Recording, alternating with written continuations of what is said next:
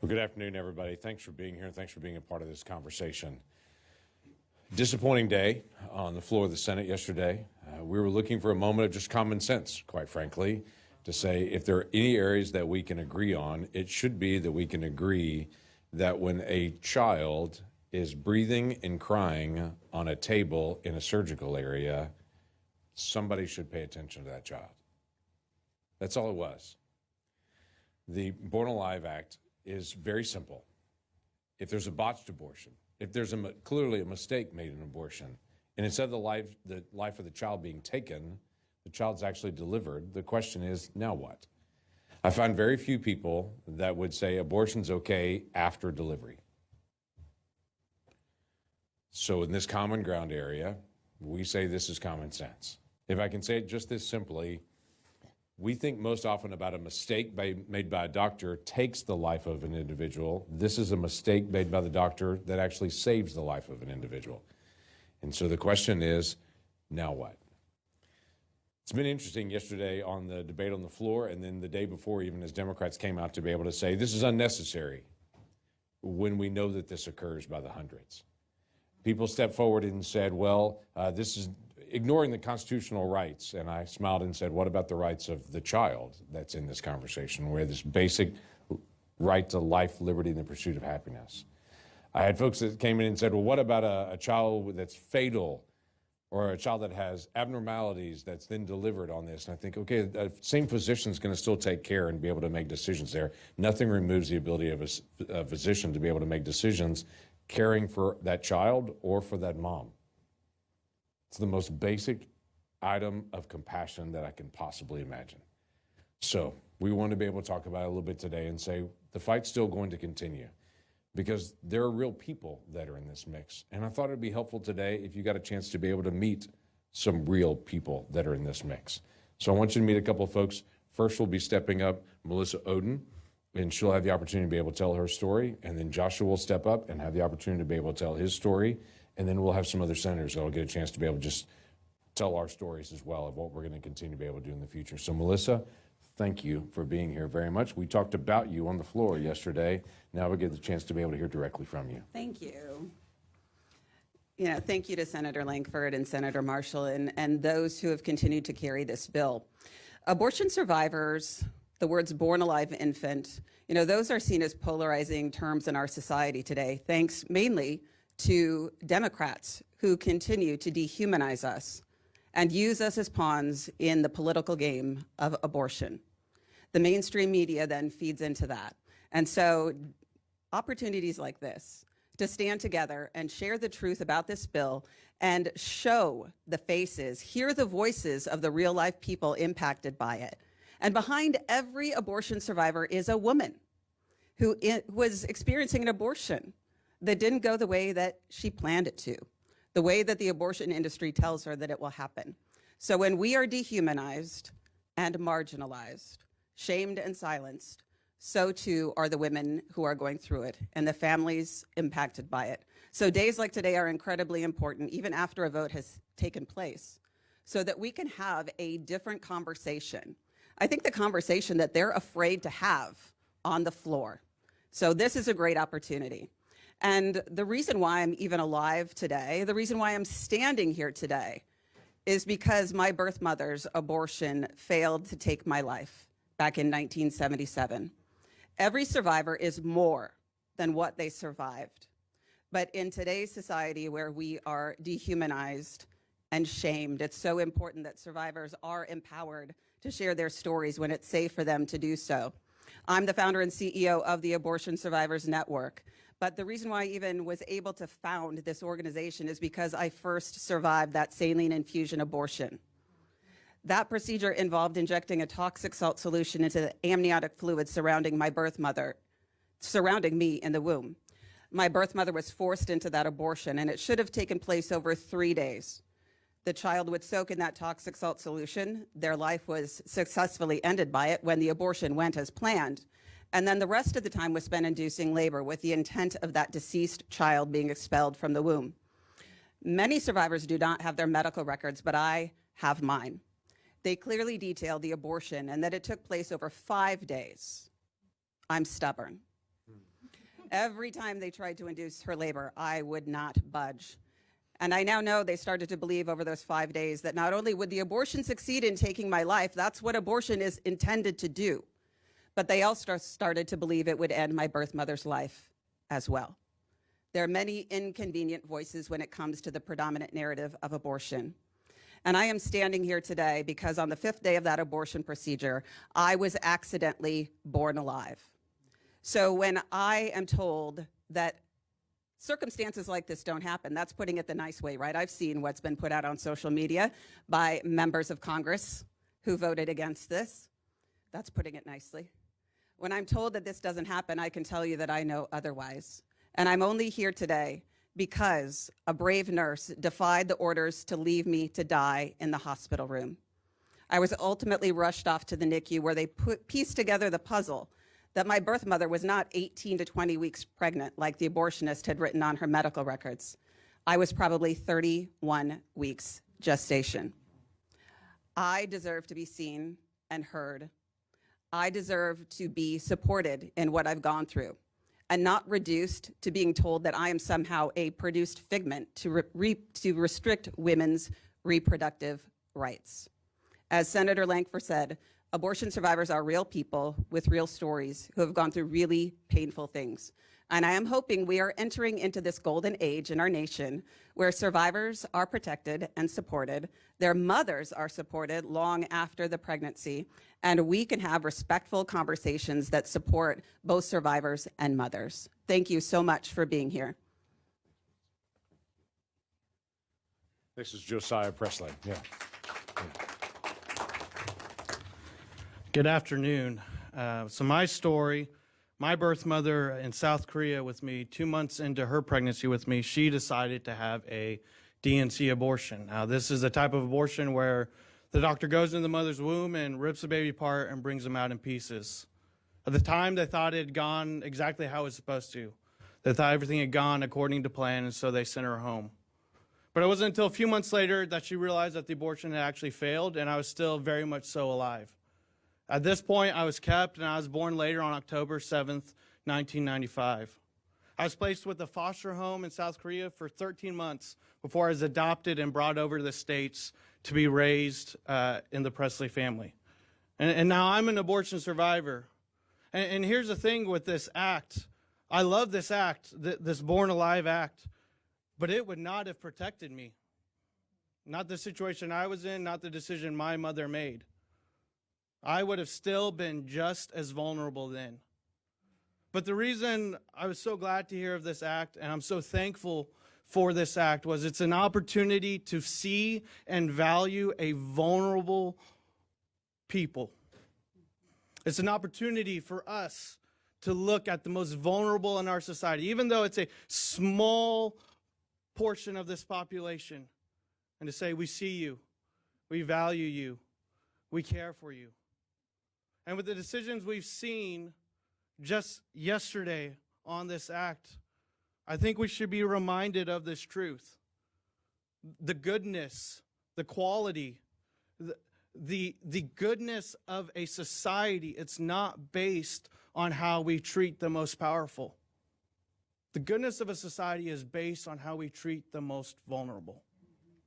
And yesterday, decisions were made to leave the most vulnerable out. Yesterday, decisions were made to ignore and abandon the most vulnerable. A child left on the table to die in a very place that has all the resources to give them a chance for life. And thinking about what has transpired over these last couple days, I would urge every American, I think we should consider this question. Does this truly represent how we believe we should treat the most vulnerable in our country? Does this decision truly reflect how we should take care of those who cannot take care of themselves in our world? And my challenge to every American would be to follow the examples of people like Senator Lankford and all the others who in the very first place have gone out of their way to bring legislation like the Born Alive Abortion Survivors Act. When they didn't have to, when there's no reason they'd be forced to, they decided to go out of their way to care for the vulnerable peoples in our society. And I think we should follow that example and ask ourselves, how too might I love the most vulnerable in my world? How too might I love my neighbor? And let's see us build a better society. Thank you. We have several senators here that are also going to speak because they're passionate about this issue as well. The first one up on that is going to be Senator Markwayne Mullin, who's my friend and fellow Oklahoman as well. So, Markwayne, come on. Thank you, and thank you to everyone that's here. It's touching, and I actually feel like I shouldn't even be at the mic, James, which I appreciate you putting this together. I was asked to kind of share our story, my wife and I's story on why we're so, pro-life.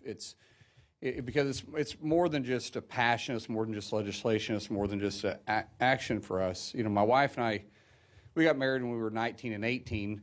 We were high school sweethearts, elementary sweethearts. She just knew she couldn't do any better once she got me. And but for 7 years, we tried to have kids. And 7 years into it, we finally got pregnant for the first time. And we found out on a Christmas morning, so exciting. It was a quick Christmas morning and of 2001. And that's actually what my wife gave me for Christmas was, the pregnancy test. And we went to the doctor, several weeks later, and we heard the heartbeat for the first time, and how excited I was, and how excited I was that we started picking out names. And as the pregnancy progressed, there's more information come out, and we was getting very excited at this point. And then, unfortunately, in one of the later doctor's appointment, the heartbeat was gone, and that was a death to us. Right, so it no longer was just a fetus. It wasn't just this thing. That was a death. That was a death of a child that my wife and I had been praying about and been seeking for years. And the worst part is that it affected me, but it affected my wife even more because her body had went through the changes along the way. And that was hard for me to understand. Guys can be a little stubborn when it comes to that. I know you guys might find that hard to believe, but I've even more so. Fortunately for us, it was 9 months later, almost exactly 9 months later, that we got pregnant with our first biological son. After that, we went on and had 3 more biological kids, and now today we're a proud parent of 6 kids. And as I say, we have 3 that came natural and 3 we chose. So which ones do you think we love the most? The ones we got stuck with, or the ones that we got to pick? But we have 2 beautiful twin girls that are 14 years old now. And then we got a wonderful guy that wrestles at Oklahoma State, and he's 21. And both of them came in our lives, or all 3 came in our lives at different stages. For the girls, they came into our life at 2 years old. Jace came into our life much later. And there isn't a day that goes by that I don't think that their birth mother made such a brave decision to give Christy and I an opportunity to be loved by them. And I know people say, well, no, you're loving them. And people always come up to us all the time and say, hey, I bet you're just such a blessing to them. No, they're a blessing to us every single day. Every single day my heart grows because I have 6 kids. But if we're going to be pro-life, then we also got to be pro-adoption. Because if we want the mother to go through the process, then we've got to make sure that child lands in a loving family along the way. And if you think, well, I don't have the resources or the capability, I promise you do. If you were concerned like I was with my wife, who talked to me for months trying to get me to agree to adopt our twins, and I would say, babe, we'll write a check. We'll support them financially. That's easy. And she said, babe, would you just pray about it? And how do you pray about that? Hey, Lord, make my wife or my heart as selfish as it can be and my wife's heart to join it? Or do I pray that the Lord enlarges my heart and allows me to accept it? And I think all of us that are pro-life have a responsibility to all the born children along the way. If we're going to save their life, let's give them a place to go. So thank you for you guys being here. Thank you for speaking out. And James, thank you for fighting for all the unborn. Thanks, Markwayne. Yeah. Thank you. Senator Marsha Blackburn is a passionate advocate for life on it. We're very glad that you're here today. Come join us. Thank you. I am so pleased to join you all today. As you can tell, I don't have much voice left. But James, thank you for your leadership on this, and Senator Jim Banks, who joined him in pushing the Born Alive Survivors Act. This is something that it is just incomprehensible to me that we have colleagues who would vote no. Think about that. They voted no on providing that care to babies that survive that botched abortion. And we have states in this country that still allow late-term abortion. And we know that in that there are those children that are survivors. And you know, James, I was thinking today as we are getting ready for March for Life, and as we have had the vote this week, remember a couple of years ago when outside an abortion clinic here in D.C., there was a box, and it had the remains of 5 fetuses. And each and every one of those precious souls. So we think about that as we have gone through this week. Melissa, Josiah, each of you that are here, thank you for being here to share your stories and for helping to make the public and our colleagues aware of what truly has happened with survivors of abortion and with the lack of care that is mandated to be given to these babies. So thank you for your leadership on the issue. Thanks, Marsha. I'm going to ask Roger Marshall to be able to step up. I'm going to make a comment at the end as well. But Roger, come on up. This reminded me when Marsha said that Jim Banks was co-leading this effort with me on the floor, and some folks wondered why Jim wasn't actually speaking on the floor with me.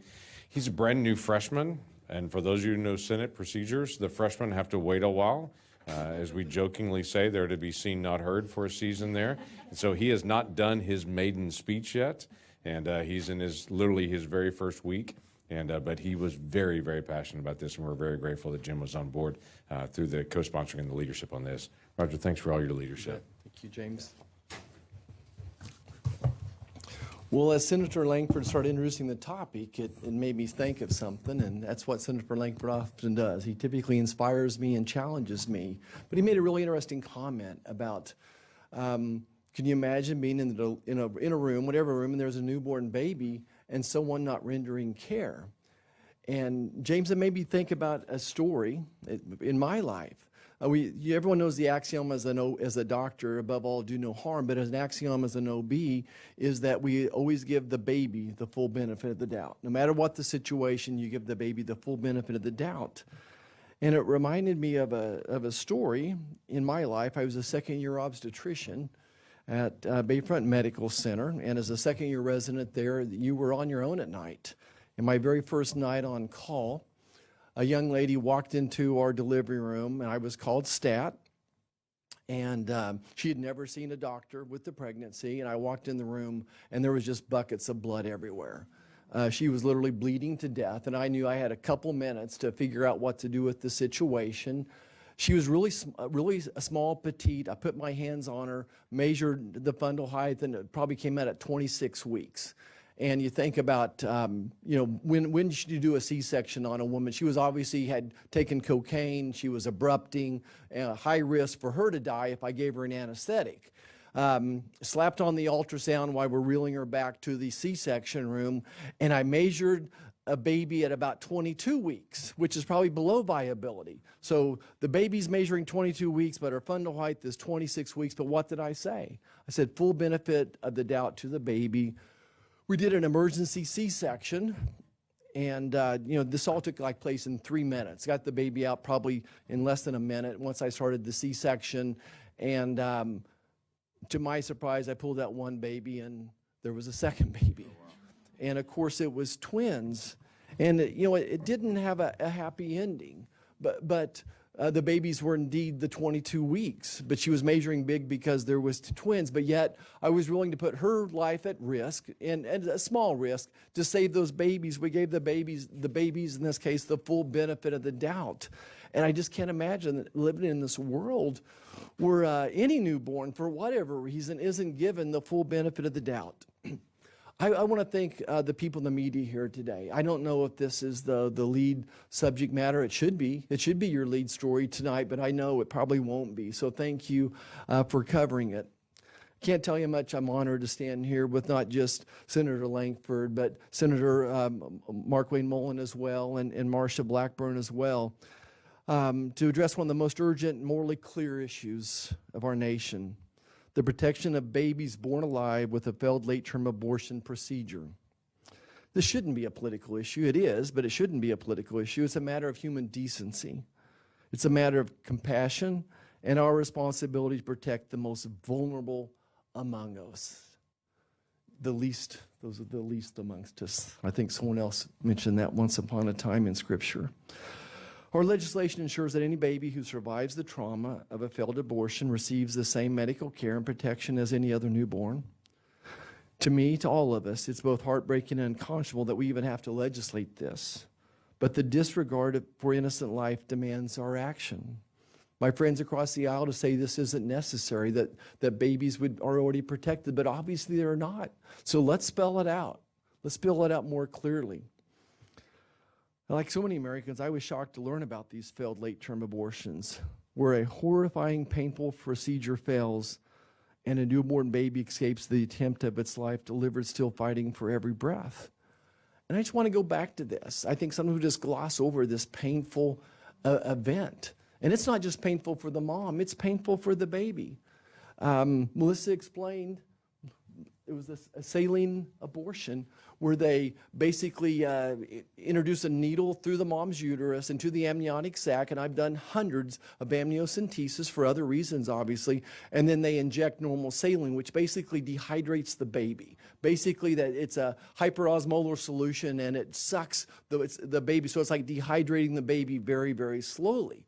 Now, what they're doing probably more commonly is injecting potassium chloride into the baby.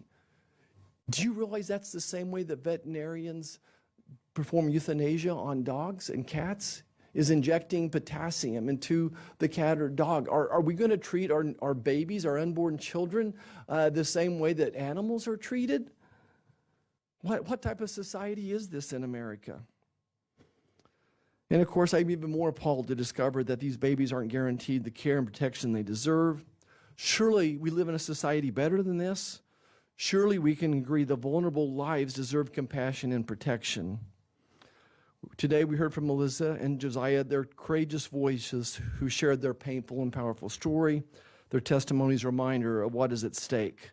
Not numbers, not politics, but precious lives, everyone important. They both are living proof, living examples of those who fought for unimaginable odds just for the chance to live. You know, as a doctor, I took an oath to do no harm. I can't imagine any nurse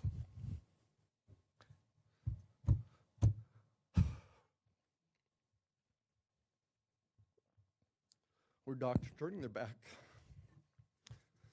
on a patient in need, let alone a newborn baby struggling for life. Thanks, Roger. Thank you. Roger, appreciate that very much. For all the conversation about that this is not real. Her name's Melissa. His name's Josiah. And there are many, many, many more that are out there that have survived, but many more were never given the option to be able to survive. So I say to my Democratic colleagues, which one of these people don't matter? I think they all do. And I think each person is valuable. Standing with me here today are different folks that are also passionate about this, from groups all over the country that literally represent millions of people. Concerned Women for America, the Human Coalition, Liberty Council Action, Focus on the Family Friend, Eagle Forum, March for Life, National Right to Life, Students for Life Action, Ethics and Religious Liberty, Christian Medical and Dental Association, SBA Pro-Life America, Americans United for Life, Capability Consulting, and others that are gathered around. So we're grateful to be able to have your support and your engagement and what you do on a daily basis to be able to just speak out for those who can't speak for themselves. We're grateful for that. So thank you for your leadership. Let me open this up to questions that anyone may have. Yes, sir. Thank you, Senator. On the campaign trail, President Trump was very insistent that abortion be left up to the states. Right. More broadly, what do you see as the pro-life agenda in this government majority that Republicans have in light of that campaign? So it's very interesting to me. Senator Schumer stepped forward yesterday and said, look, 1 week in, they're already doing abortion laws. I was like, actually, this is not about abortion. This is now about a fully delivered child. So this bill literally is not an abortion. This is a delivery child. What are we going to do in this situation? Obviously, the administration has not spoken out yet what they're going to do, but I do know what the first Trump administration did in HHS to be able to make sure that we are not engaging in promoting abortion. And I know what the Biden administration did, even in my own state. In my state, funds were cut off for AIDS testing and for breast cancer screening for those in poverty in my state because my state would not publish a 1-800 number to tell women in my state where to get an abortion. So they cut off AIDS testing and breast cancer screening into my state. I would hope that they would reverse that and would say, we're not going to try to hurt other people in need because our state won't promote abortion. So we'll see in the days ahead. The Trump administration has not made that clear, but I would expect those two things would be immediate to say we're not going to try to promote abortion as a federal government, but neither are we going to try to use taxpayer dollars to be able to fund it as well. Thanks. Yes, ma'am.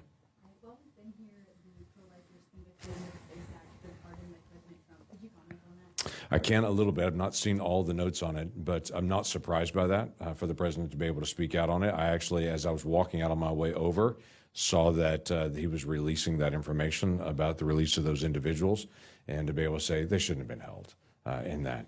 I'm waiting to see which ones were commuted, which ones were pardoned, and all the process on it to be able to go through. But quite frankly, for people who are just speaking out for the value of every single child, that seems like a reasonable thing to do in America. Yes, ma'am. Is there another version of this bill that you think would be able to pass? Well, we'll continue to be able to talk to our Democratic colleagues on exactly that. What was interesting, and there's absolutely no way, so don't ask me, there's no way I'll tell you who, but I had a Democratic senator that called me yesterday and said this is a really, really, really hard vote. And their statement was because what's in the bill is different than what is on social media on their side.